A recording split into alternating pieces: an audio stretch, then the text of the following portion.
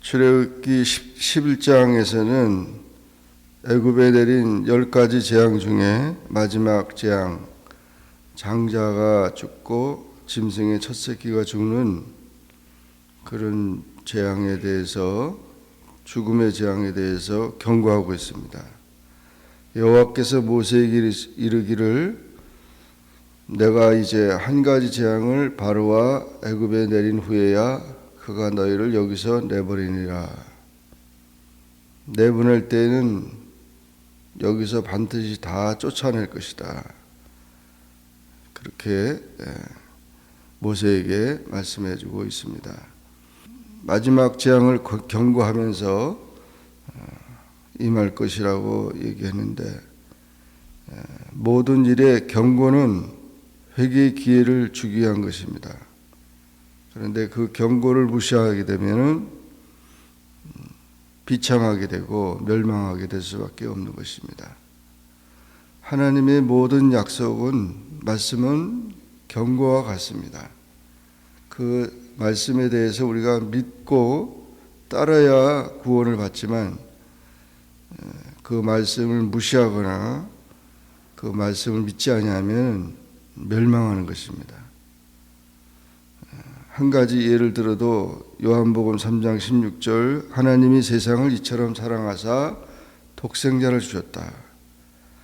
그 말씀만 우리가 봤을 때는 하나님께서는 이 세상 모든 사람들을 사랑하시고 또 예수님을 선물로 받았다고 하는 사실에 대해서 다 감사해야 되는데, 그러나 저를 믿는 자는 하나님의 자녀가 되지만 믿지 않는 자는 멸망을 받는다는 그런 말씀이 있는 것입니다. 그래서 약속과 그 약속을 믿을 때는 축복이 되지만 그 약속을 믿지 않을 때는 멸망할 수밖에 없다는 거죠. 그래서 이 경고는 바로 그와 같은 것입니다. 가끔 우리가 어느 호숫가라든지 어느 지역을 갔을 때 워닝, 경고라고 이렇게 써 있는데 더 들어가면은 위험합니다. 그걸 무시했다가 사고가 일어나는 거죠. 여기서 수영하면 안 됩니다. 여기서 수영하게 되면은 위험합니다. 거기서 수영하다가 사람이 죽죠. 이곳은 포이즌이 있는 곳입니다. 이곳을 들어가지 마세요. 그 경고를 무시하다가 결국 큰 재앙을 만나게 되는 것이죠. 이와 같이 하나님은 경고하시는 하나님이시라는 거죠. 요한계시록 모든 계시의 말씀도 역시 경고와 같은 것입니다. 그런 모든 사실에 대해서 우리가 잘 깨닫고 조심해야 된다는 것입니다. 애굽에 내리는 10번째 재앙의 경고가 있으면서 백성들에게 말하라. 사람들에게 각기 이웃들에게 은금 패물을 구하게 하라. 그 모든 은금 패물을 가지고 출애굽을 했다는 것입니다. 그 애굽 사람들은 은금 패물을 머리부터 발끝까지 은금 패물을 다 끼고 다니면서 그걸 자랑을 했는데, 그런 것들이 다 이제 사라지게 됐다는 것이죠. 이스라엘 백성들에게 그것이 다 모아졌다는 것입니다. 두 번째로 여호와께서 그 백성으로 애굽 사람에게 은혜를 받게 하셨다. 그래서 그들이 출애굽을 할 때, 나갈 때 애굽 사람들의 은혜를 받았다. 그들이 다 이스라엘 백성들을 오히려 나가는데 다 도움을 줬다는 것입니다. 그뿐만 아니라 또 그 사람 모세는 애굽 땅에 있는 바로의 신하와 백성의 눈에 아주 위대하게 보였다. 바로는 임금이라도 9번째 재앙까지 모든 재앙을 만났을 때 쩔쩔매고 모세에게 쫓아가서 해결해 달라고 했으니까 결국 모세는 바로보다 더 위대하게 보였던 것입니다. 그래서 바로의 신하와 백성들이 모세를 아주 위대하게 보였고, 그 모세가 모든 백성을 이끌고 나가는 데 대해서 이들이 다 절을 하고 오히려 그 모든 것을 도와주게 됐다는 것입니다. 이런 애굽에서 이스라엘 백성들의 그 출애굽은 당당하기도 하고 하나님의 그 약속에 따라서 진행되는 그런 일들이었다는 것입니다. 4절 이하에 보면 모세는 다시 바로에게 찾아가서 하나님의 말씀을 증거합니다. 밤중에 이 죽음의 사자가 들어올 것이다. 그래서 애굽의 땅에 있는 모든 처음 난 것이 다 왕에 있는 바로의 장자로부터 맷돌 뒤에 있는 몸종의 장자와 모든 가축의 처음 난 것까지 다 죽을 것이다. 그래서 애굽 온 땅에 전무후무한 큰 부르짖음이 슬픔이 있을 것이다. 그런데 이스라엘 자손에게는 사람에게나 짐승에게나 개 한 마리도 그 혀를 움직이지 아니할 것이다. 하나님께서 애굽 사람과 이스라엘 사이를 구별할 것이라는 것입니다. 이렇게 마지막 경고를 하고 모세는 나옵니다. 그리고 하나님께서 모세에게 말하기를 내가 애굽 땅에서 나의 기적을 더할 것이다. 이 기적을 하는 가운데 바로는 계속해서 마음이 완악하게 될 것이라 그렇게 말했습니다. 그래서 출애굽은 밤중에 일어날 것이고 모든 장자들이 첫 짐승의 첫 새끼들이 죽을 것이고, 그럼에도 불구하고 하나님의 백성들은 보호를 받고 개 한 마리까지라도 다 다치지 아니한다고 말했습니다.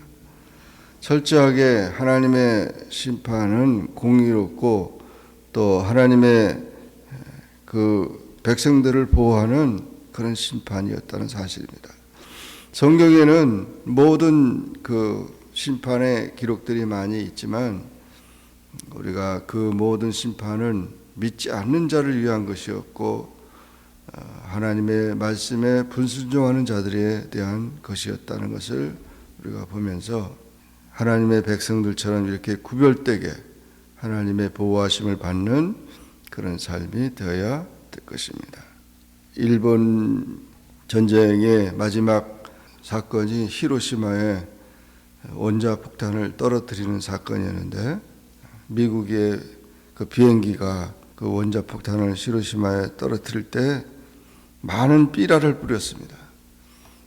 삐라를 뿌리면서 여기를 떠나가라, 여기가 다 망한다고 그렇게 경고했지만 그 수많은 그 삐라의 그것을 보면서 웃기지 마라, 너희 미국은 망한다 이러면서 오히려 큰 소리 치면서 그 당시에 일본의 그 강성함을 가지고 교만하게 그렇게 했던 일본은 결국 그 지역에서도 다 원자 폭탄의 세례를 받을 수밖에 없었습니다.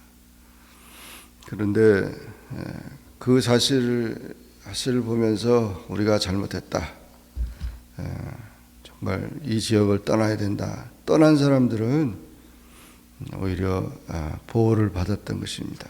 지금까지도 그 원자폭탄에 대한 그 재앙은 인간이 만든 재앙이지만 지금까지도 그것은 정말 인류 역사상 가장 참혹한 사실이었습니다.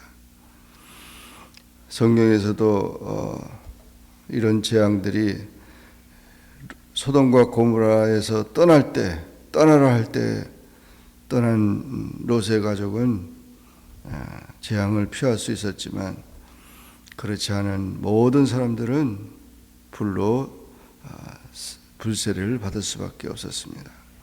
노아 홍수 때도 방주에 들어가는 자는 살 것이라고 120년 동안 노아가 전도했지만 노아 가족 8식구 외에는 아무도 들어가지 않았습니다. 결국 선택한 짐승들과 그런 선택한 자만 구원받았다는 것입니다.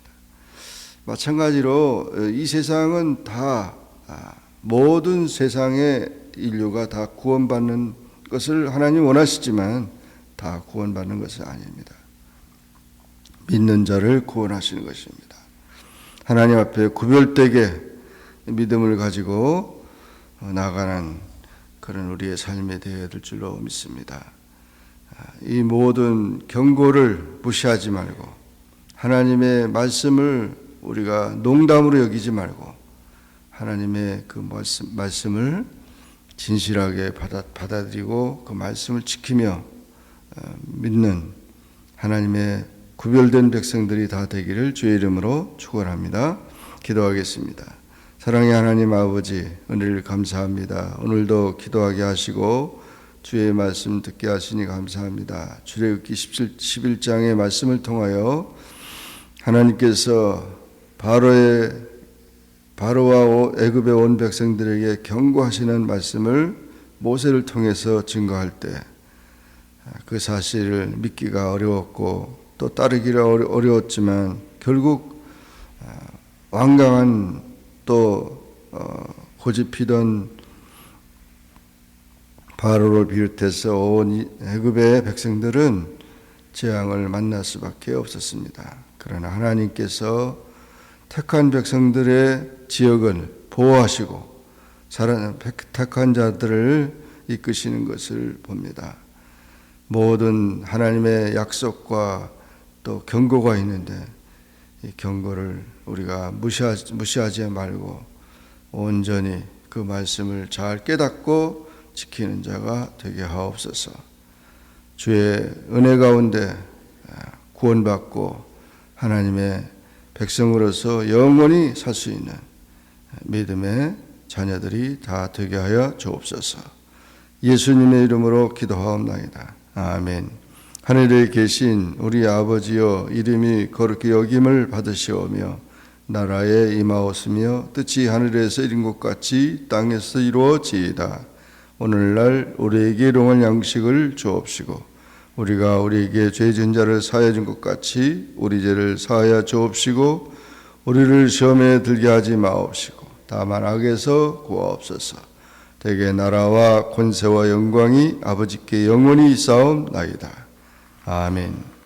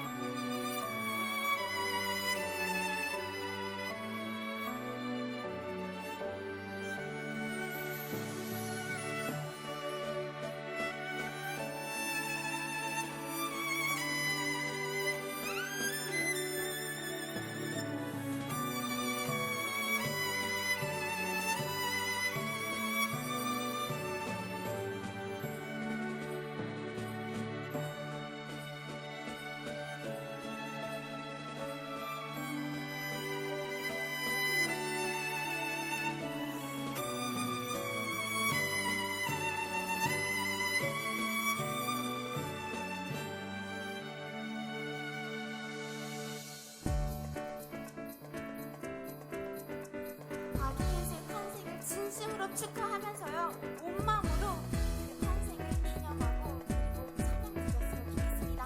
마지막으로